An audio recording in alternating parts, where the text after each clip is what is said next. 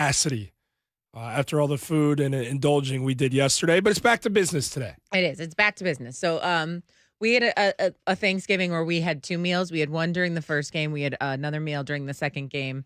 And we went to bed early because we had to be back here. Yeah. And we also went to bed early because there was no night game. Because Steelers and Ravens has been postponed until Sunday. Well, now that game is even looking like it might not be played and is in jeopardy because we found out last night that Lamar Jackson has tested positive for COVID-19. He is the reigning MVP, arguably the biggest name in the NFL so far to test positive for COVID-19. And this now creates a scenario where there is an outbreak amongst these Ravens players, personnel, staff members. And we don't know what's going to happen come Sunday. We will have much more on this coming up later because Jeremy Fowler is going to join us later this hour, and we'll dive a little bit more into what this means for Sunday's game, what it means for the Ravens going forward because they are on a short week after that. So we'll get more into that later on. Let's start with the games, though, that we saw last night. And most notably, let's start with the Cowboys and the Washington football team. This was played in Dallas. And if you listened to the show at all yesterday, my husband was big on the Cowboys. Didn't go their way. Now, there were a few reasons. Put all the chips in on the Cowboys. All the chips in on the Cowboys. They ended up losing 41-16. Washington football team now alone in first place in the NFC East as they surpass the Philadelphia Eagles, and they're up by a half a game. So there were some injuries. Also, the Cowboys playing with a very heavy heart. Marcus Paul, their strength and conditioning coach, one of them at least, passed away the day before. There was a medical emergency at the facility. We know all about this. Then they have dealt with some injuries to their offensive line all season, and then it happened again yesterday, rarely quickly. They lost their right tackle, Zach Martin, and their left tackle, Cam Irving, within 4 plays of each other on the very first drive of the game. Offensive possession for the Cowboys of the game, Shay. And look, all I can do at this point is make excuses after the confidence I had in these Cowboys. And to me, it's simple. I said yesterday, Cowboys win this game on the backs of their offensive line. The offensive line holds these guys up front at bay from a Washington team. That is very tough up front. They're able to activate a run game and get going with Ezekiel Elliott. That never happened because when Irving goes down and Martin goes down, the game plan is then thrown out the door. And so what I thought would be the key to success became the story of more bad luck for a Cowboys team and just more attrition for what already was going to be that coming in. Yeah. And this is not analysis. This is not hot takey. They lost a part of their family coming into that game. And I don't know how important that game, which was of massive importance, feels to all those players when the loss of life and some of the guys seeing Marcus collapse in their facilities and then ultimately not survive, look, like that has an impact. Mm-hmm. And I'm not here to make this about that. It's way deeper than that with what's going on with the Cowboys. And when I toss it back to you, I'll then get back into that side of it.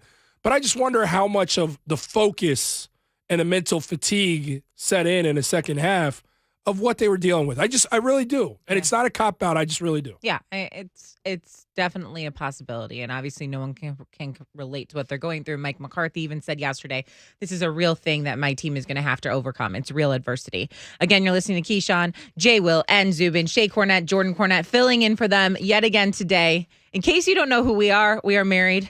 We are. We also work on, we don't fill in. We actually do work here. We work on Sundays. We do game day on ESPN Radio. 1 p.m. to 5 p.m. Let's get the plug so we can bring some of this massive audience over to our side. Look, Shay, the other part of this now getting to the field, the coaching decisions. Yeah. Okay. So let's get into the coaching decisions. Probably the most glaring one was the fake punt. Okay. The fake punt, 4th and 10 at their own 24 with 12 minutes and 54 seconds Start of the left. fourth quarter, essentially. I mean, this is the beginning of the fourth quarter. Dallas trailed 20-16 at the time.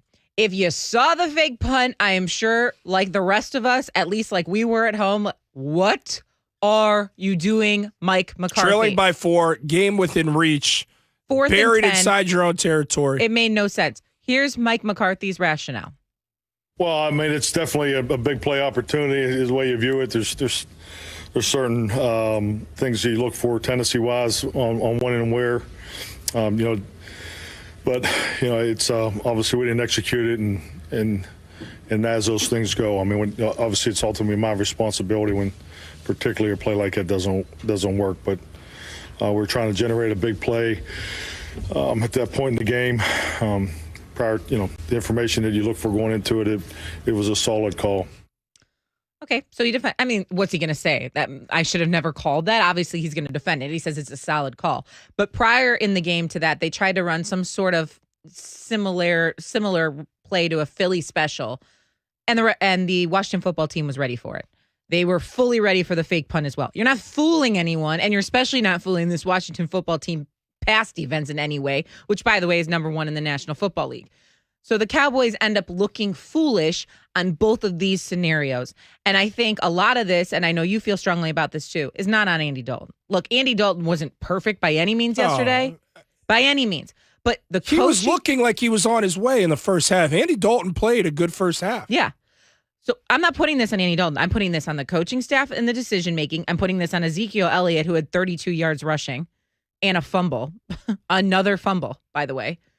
I'm putting it on CeeDee Lamb, who dropped a pass that you just simply cannot drop. That's 6. And that's the touchdown. We're not talking about the first half. Another head scratcher play call from Kellen Moore, offensive coordinator for the Dallas Cowboys, on a 4th and 1, elects to not give the ball to your highly paid running back Ezekiel Elliott. I don't care what's going on with injuries with the offensive line. It's not 4th and 1, it's 4th and inches.